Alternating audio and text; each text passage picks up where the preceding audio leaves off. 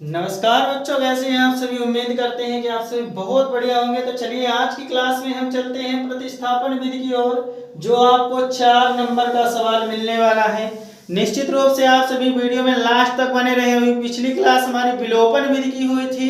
जो बच्चे नहीं देखे हैं, कमेंट बॉक्स डिस्क्रिप्शन बॉक्स में उसका लिंक आपको मिल जाएगा। इसी वीडियो के नीचे आपको लगा हुआ दिख रहा होगा, तो आप निश्चित रूप से उसको भी देखें।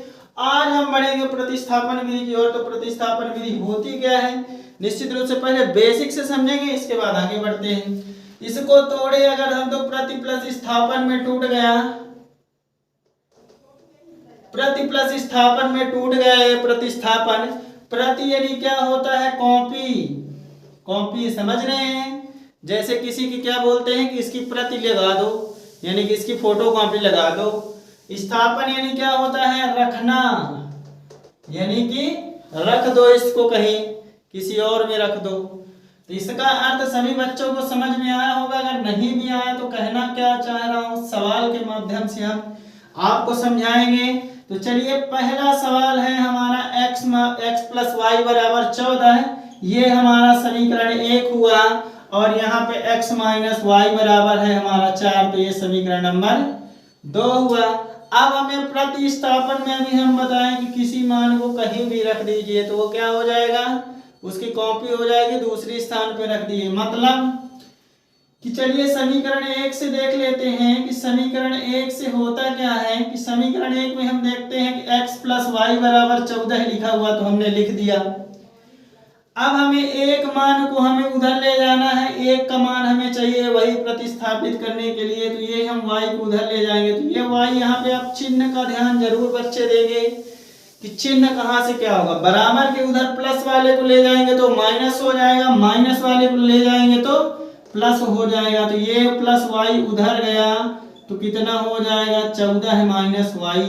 यहाँ तक सभी बच्चों के समझ में आया होगा। इसको हम देख लेते हैं, क्योंकि ये हमें पूरा तो मान मिला नहीं x का। यहाँ भी एक चर लिखा हुआ है, इसलिए इसको हम समीकरण नंबर 3 दे दिए। और जब 3 दे दिए तो यहाँ x का मान जो 14 माइनस वाई है, वो समीकरण नंबर 2 में रख के देखते हैं। तो क्या लिखेंगे, x का मान समीकरण 2 में रखने पर, चलिए देखते हैं, लिख देते हैं। x माइनस वाई बराबर कितना है, 4 है। x के स्थान पे हमें क्या रखना है, इस x के स्थान में, बाकी कुछ भी हमें नहीं करना है, केवल इस x के स्थान पे ये वाला 14 माइनस वाई रख दिए इस x के स्थान में। अब क्या करते हैं, इस y ये पूरा हम उतार देते हैं, तो उतार दिए, माइनस वाई बराबर 4। यहां तक हम किए। अब यहाँ हम देख रहे हैं कि माइनस वाई और माइनस वाई 2 बार है, वाई माइनस में है, तो दोनों जुड़ जाएंगे तो 14 माइनस कितना हो जाएगा, 2y बराबर 4। सभी को समझ में यहाँ तक आया होगा। चलिए आगे बढ़ते हैं। अब ये 14 इधर प्लस में है, याद रखिएगा सेम राशियों से ही जुड़ेंगी, घटेगी। कहने का मतलब जो चर वाला है वो चर वाले से ही जुड़ेगा, घटेगा, और जो अचर पद है वो अचर पद से ही जुड़ेगा, घटेगा। ये बात निश्चित रूप से सभी बच्चे याद रखें कि चर पद को चर से ही जोड़ेंगे, घटाएंगे, और अचर को अचर से ही। गलती बहुत बच्चे करते हैं यहाँ पे कि चर और अचर दोनों को जोड़ घटा देते हैं, वहीं से गलतियां शुरू हो जाती हैं। तो चलिए, यहाँ माइनस 2y लिखा है तो लिखे रहने दीजिए, 4 है तो 4 लिख दीजिए। इस 14 को उधर ले चलते हैं, प्लस में है तो इधर हो गया माइनस 14 है। यहाँ तक कोई दिक्कत नहीं। ये देखिए दोनों अचर पद है, दोनों को हमने जोड़ घटाए करेंगे। यहाँ पे माइनस 2y हो गया, इसको घटाए तो माइनस का 10 हुआ। जोड़ घटाना तो आता ही होगा, बड़ी संख्या का चिन्ह आ जाएगा। यहाँ पे माइनस से माइनस कैंसिल हो गया, y ये गुणे में है 2 तो इधर कहे में आया, बटे में आया, कट गया तो कितना आया, 2 है यहाँ पे तो 5 आया। y का मान क्या आया, 5 आया।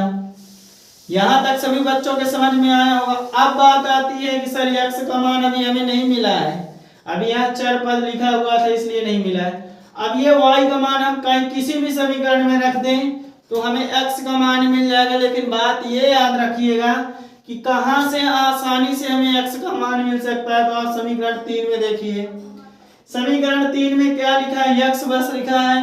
यहाँ आप अगर y का मान रख दिया तो आपको डायरेक्ट आंसर मिल जाएगा। तो चलिए लिख देते हैं y का मान, समीकरण कहाँ रखेंगे, समीकरण 3 में रखने पर, चलिए रख देते हैं। समीकरण 3 क्या है, x बराबर क्या है 14 माइनस y, तो x बराबर 14, अब माइनस y के स्थान में हमें y का मान 5 मिला तो हम 5 लिख देंगे, तो x का मान हमें 9 प्राप्त हो गया।